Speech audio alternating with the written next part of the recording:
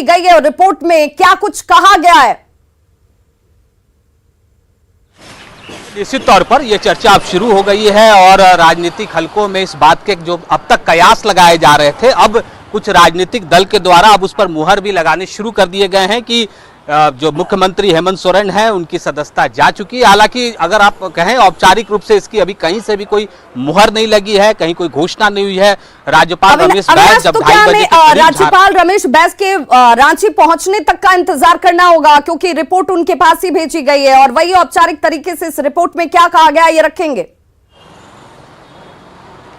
नहीं, जरूर, मैंने पहले ही कहा है कि जब तक रमेश बैस यहां नहीं पहुंचते हैं और उनकी तरफ से कहीं कोई औपचारिक रूप से घोषणा नहीं की जाती है, तब तक ये जो राजनीतिक हलकों में जो चर्चा हो रही है, सोशल मीडिया पर जो पोस्ट डाले जा रहे हैं, उसे अभी फिलहाल आप उस पर मुहर नहीं लगा सकती हैं। मैं इस वक्त मुख्यमंत्री आवास के पास बाहर खड़ा हूं और बाहर की जो तस्वीर है, बहुत ज्यादा हलचल नहीं है, लेकिन ये बात जरूर है कि कुछ एक नेता, जैसे अगर पार्टी के केंद्रीय महासचिव की बात करें, विनोद पांडे अब से कुछ देर पहले पहुंचे हैं। अभी मुख्यमंत्री के जो सचिव हैं विनय चौबे, वो अभी यहाँ पहुंचे हैं। तो धीरे धीरे जैसे जैसे लोगों को इस बात की जानकारी हो रही है, वो जरूर मुख्यमंत्री आवास की तरफ पहुंचेंगे। जो यहाँ पर सुरक्षा के जो जवान हैं वो पहले से ज्यादा मुस्तैद हैं, जो मीडिया के लोग बिल्कुल। और सहयोगी निरंजन भी हमारे साथ जुड़ गए हैं, हमारे साथ सहयोगी निरंजन भी जुड़ गए हैं, क्योंकि कहा जा रहा है कि तकरीबन 2:30 बजे के आसपास राज्यपाल रमेश बैस रांची पहुंचेंगे। निरंजन, तो क्या ये फेरबदल और इसी वजह से इस पर अभी अंतिम मुहर नहीं लग पा रही है कि इस रिपोर्ट में है क्या आखिर?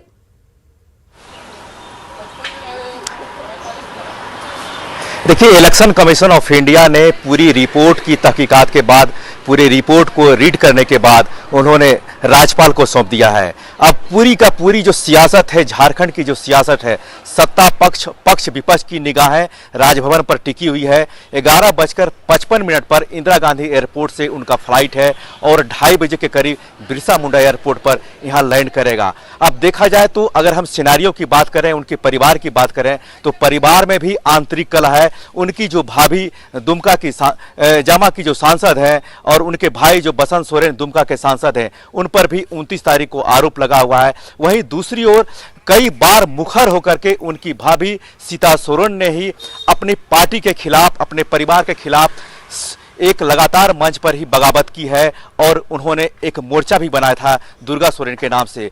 वहीं दूसरी ओर 29 अगस्त को भारत निर्वाचन आयोग में भी बसंत सोरेन का फैसला आने को लेकर के है।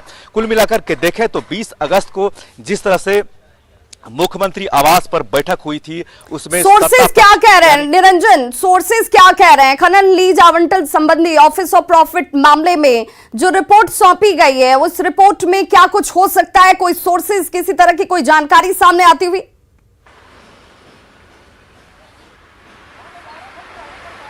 देखिए, अभी तक कोई राजभवन से आधिकारिक पुष्टि नहीं हुई है इस पूरे मामले को लेकर के, क्योंकि राज्यपाल अभी फ्लाइट में है और कुछ देर के बाद यानी 2:30 बजे यहाँ उतरेंगे रांची, उसके बाद ही इसकी आधिकारिक पुष्टि हो सकती है। इतनी जल्दबाजी बताना बहुत मुश्किल होगा, क्योंकि केंद्रीय निर्वाचन आयोग ने लगातार पिछले 2-3 माह से इसको लेकर के गहन छानबीन किया था। अब देखना है या कि राज्यपाल अंतिम रूप से क्या फैसला लेते हैं या पूरी तरह से झारखंड की सियासत राजभवन पर टिकी हुई है। राज्यपाल की भूमिका कहना मुश्किल इसलिए होगा, राज्यपाल की भूमिका जो है वो इस वक्त बहुत महत्वपूर्ण हो जाती है। और हमारे साथ लगातार बने रहिए। हमारे साथ इस वक्त जेएमएम के प्रवक्ता जो हैं वो जुड़ चुके हैं, मनोज पांडे जी। मनोज पांडे जी, चर्चा ये की जा रही है, खबरें इस तरीके से सोर्सेज से पहुंच रही हैं कि मुख्यमंत्री हेमंत सोरेन की सदस्यता रद्द कर दी गई है, हालांकि इसकी पुष्टि कोई नहीं कर रहा है। देखिए, अभी तक आधिकारिक कुछ सूचना हम लोगों को भी नहीं है, लेकिन जैसी कि खबर आ रही है विभिन्न माध्यमों से, ऐसा हम लोग को भी अंदेशा था कि एक लोकप्रिय सरकार को, एक लोकप्रिय मुख्यमंत्री को प्रचंड जनादेश के साथ, जिसने शासन व्यवस्था संभाली हो, एक आंदोलनकारी का बेटा, एक आदिवासी झारखंड वासी मूलवासी का बेटा, उसको किसी न किसी तरह राजनीतिक रूप से तो ये लोग सक्षम है नहीं यहाँ पराजित करने के लिए, इसलिए इस तरह के हथकंडे अपना सकते हैं। लेकिन फैसला आ जाने दीजिए, निश्चित तौर पर जो भी विकल्प होगा बेहतर विकल्प होगा। रणनीति तो आप लोगों ने बना ली होगी रणनीति, क्योंकि इससे पहले जब बैठक हुई थी तमाम दलों के साथ, तो इस रणनीति पर भी चर्चा की गई होगी कि अगर सदस्यता चली जाती है तो फिर क्या होगा, पार्टी क्या करेगी। देखिए, बहुत सारे विकल्प अभी हमारे सामने हैं। सबसे पहले तो हम उस आदेश की समीक्षा करके हम न्यायपालिका की ओर जाएंगे। उच्च न्यायालय, उच्चतम न्यायालय में हम गुहार लगाएंगे, वहां से न्याय हमको निश्चित तौर पर मिलेगा। उस पर स्टे होगा चुनाव आयोग के आदेश पर। लेकिन इससे बड़ी बात है कि जो जनादेश मिला है, 3.5 करोड़ जनता ने मुख्यमंत्री बनाया है। महागठबंधन को प्रचंड बहुमत मिला था। महागठबंधन की सरकार रहेगी। हमारे नेता हेमंत सोरेन है और हेमंत सोरेन रहेंगे। मनोज पांडे जी, अगर इस्तीफा देने की नौबत आ जाती है तो फिर क्या चुनाव दोबारा से लड़ने का विकल्प भी आप लोगों ने खुला रखा है? देखिए, चुनाव लड़ना तो चुनाव तो लड़ेंगे ही। तो जब एक जनप्रतिनिधि है, सदस्यता रद्द होगी, फिर से चुनाव होगा, चुनाव तो लड़ेंगे ही, उसमें कोई किंतु परंतु नहीं है। इस बीच इस टेन्योर में कौन चेहरा, किसको ये जिम्मेदारी दी जा सकती, किस पर हेमंत सोरेन पार्टी, सारे गठबंधन के दल का भरोसा होगा? देखिए, ये तय हमारी पार्टी और महागठबंधन के लोग बैठकर करेंगे। लेकिन जो जनता की आकांक्षा है, जनता की उम्मीद जो है, जो विश्वास है, वो हेमंत सोरेन जी पर है और हेमंत सोरेन ही रहेंगे।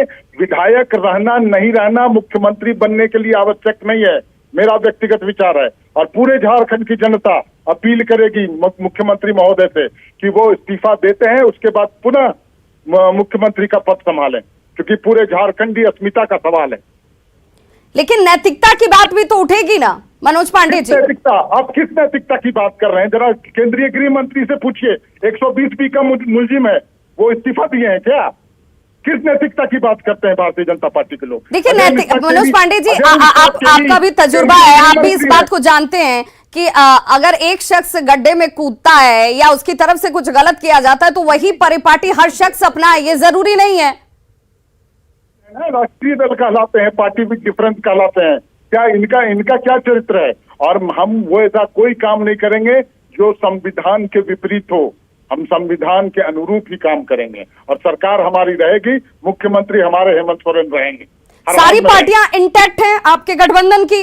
सबकी एक ही राय है, एक मत्ता है? सारी पार्टी इंटैक्ट है, पूरे 50 विधायक एकजुट हैं।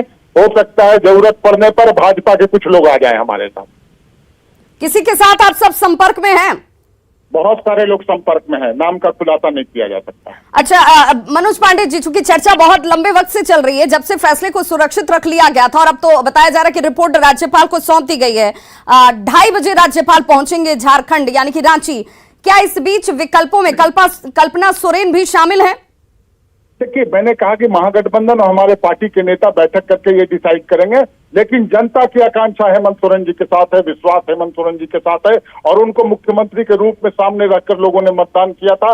ये जनादेश का अपमान होगा और जनादेश का सम्मान करते हुए मुख्यमंत्री महोदय को पुनः फिर सत्ता में आना चाहिए और वोट लेना चाहिए। मनोज पांडे जी, आपको क्या, क्योंकि आपने पहले भी कहा था कि हम सबको उम्मीद है कि फैसला जो है वो हमारे पक्ष में होगा, क्योंकि कुछ कार्य ऐसे होते हैं जिसको लेकर के आप क्षमादान भी दिया जा सकता है, राज्यपाल का ये विशेष अधिकार भी है, तो आपको किस तरह की उम्मीद है? देखिए, मैं आपको बता दूं, क्षमादान की कोई बात नहीं है। 9A के तहत जो मामला दर्ज था, 9A में कहीं कोई प्रोविजन नहीं था, 9A के दायरे से बाहर था ये केस। उसके बावजूद भी अगर किसी के दबाव क्या, केंद्र सरकार के दबाव में चुनाव आयोग ने निर्णय लिया है, तो ऊपर अदालत है। हमको विश्वास है न्यायपालिका से हमें न्याय मिलेगा, निश्चित तौर पर मिलेगा। हम न्यायपालिका की शरण में जाएंगे। बिल्कुल, जिस 9A का आप हवाला दे रहे हैं, वही 9A तो ये कहती है कि भ्रष्टाचार का अगर आरोप लगता है या भ्रष्टाचार में आप शामिल रहते हैं, इसे भ्रष्टाचार की श्रेणी में रखा जाता है। प्रतिनिधि के तौर पर आपकी एक जिम्मेदारी, भूमिका है, उससे आप अलग नहीं है। नहीं, भ्रष्टाचार की बात करते हैं। भ्रष्टाचार में तो आकंठ केंद्र सरकार डूबी हुई है, किस पर क्या कार्रवाई हुआ। लेकिन जहां तक बात है, जो कार्रवाई होगी, हम लोग निश्चित तौर पर न्यायपालिका में जाएंगे और न्यायपालिका से हमें न्याय मिलेगा, पूरा विश्वास है।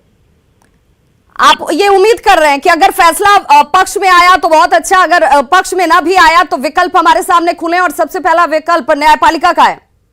देखिए, मैं आपको बता दूं कि ये मामला उच्चतम न्यायालय में जाएगा। उच्चतम न्यायालय मेरिट के आधार पर निर्णय लेगा और मेरिट है इस केस में, और इस केस का फैसला हमारे पक्ष में आएगा।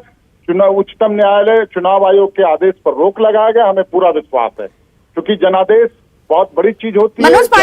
मनोज पांडे जी बिल्कुल, जनादेश बहुत बड़ी बात होती है और इसीलिए जन आकांक्षाओं के साथ नैतिकता भी जुड़ जाता है, क्योंकि जन प्रतिनिधि जनता के लिए और जनता के बीच जब आप होते हैं तो वो नैतिकता आपके साथ भी जुड़ती है। बहुत बहुत शुक्रिया हमारे साथ जुड़ने के लिए मनोज पांडे जी, जेएमएम प्रवक्ता, जिनका सीधे तौर पर कहना था कि विकल्प हमारे पास बहुत सारे खुले हुए हैं।